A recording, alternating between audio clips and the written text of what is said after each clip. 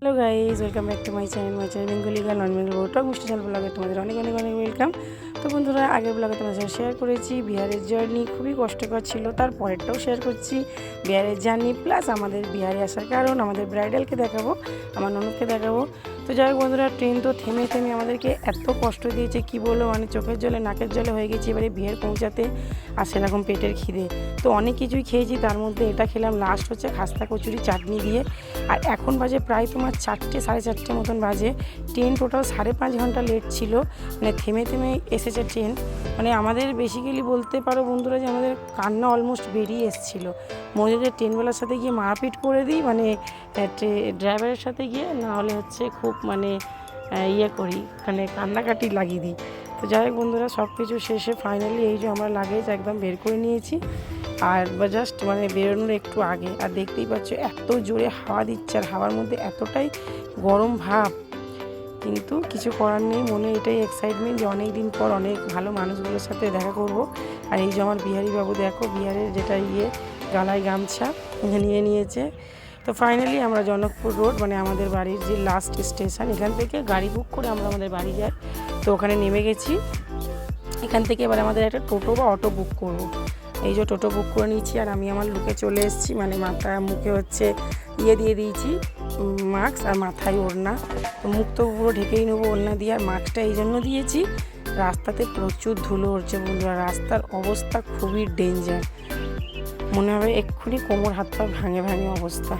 তো যাই হোক, সেই সব কিছুর মধ্যে দিয়ে মানে ট্রেনের জার্নিটার আগে এই কষ্টটা কিছুই মনে হচ্ছিল না।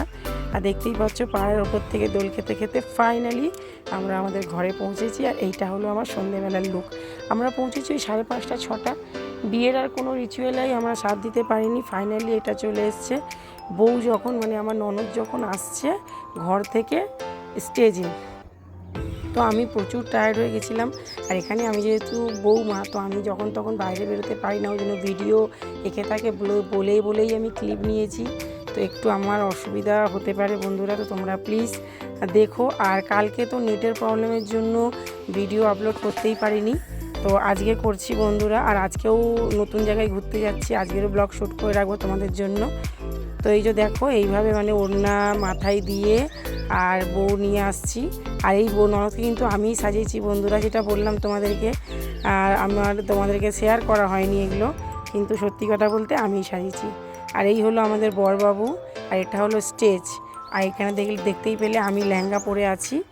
তো এখানে একটা রিচুয়াল আছে, যেটা হচ্ছে কি না জয়মালা, মানে মানে যেখানে বিয়ে হয় সেখানে মালা বদল হয় না, মালা বদলটা সেখানে হয় যেখানটা একটা ভালো স্টেজ করা হয়। এখানে আংটি চেঞ্জ হবে আর মালা বদল হবে, মানে রিং সেরিমনি যেটাকে বলে, তো সেই রকমটা হবে।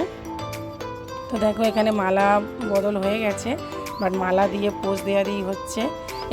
পরের ব্লগে তোমাদের সাথে বিয়ের কিছু ক্লিপ শেয়ার করব। তো এখানে সবাই মানে অনেকক্ষণ স্টেজে অনেক কিছু থাকে, মালা বদল হয়, সবাই একে একে আশীর্বাদ দেয়, আশীর্বাদ মানে পয়সা দেয়। তারপরে ওরা দুজনে নিয়ে মানে পোজ দিয়ে ফটো তোলে, আমরা সবাই ওদেরকে আশীর্বাদ দিয়ে ফটো তুলি। তো এটাই দেখো বন্ধুরা, আমার মাথায় ঘোমটা দেখতেই পাচ্ছ, সাইড থেকে আমার মুখটাও দেখতে পাচ্ছ না। তো এটাই হলো আমাদের বিহারের কিছু রিচুয়াল তোমাদের সাথে শেয়ার করছি। তো তোমরা কিন্তু অবশ্যই ব্লগ দেখো, ভালো লাগলে লাইক করো, কমেন্ট করো। আর এর পরের ব্লগের জন্য অবশ্যই রেডি থেকো, এর পরে আরও ইন্টারেস্টিং ব্লগ আসবে। তো এই যে দেখো ফাইনালি আমাদের বর বউ সবাইকে হাত জোর করে আশীর্বাদ নিচ্ছে।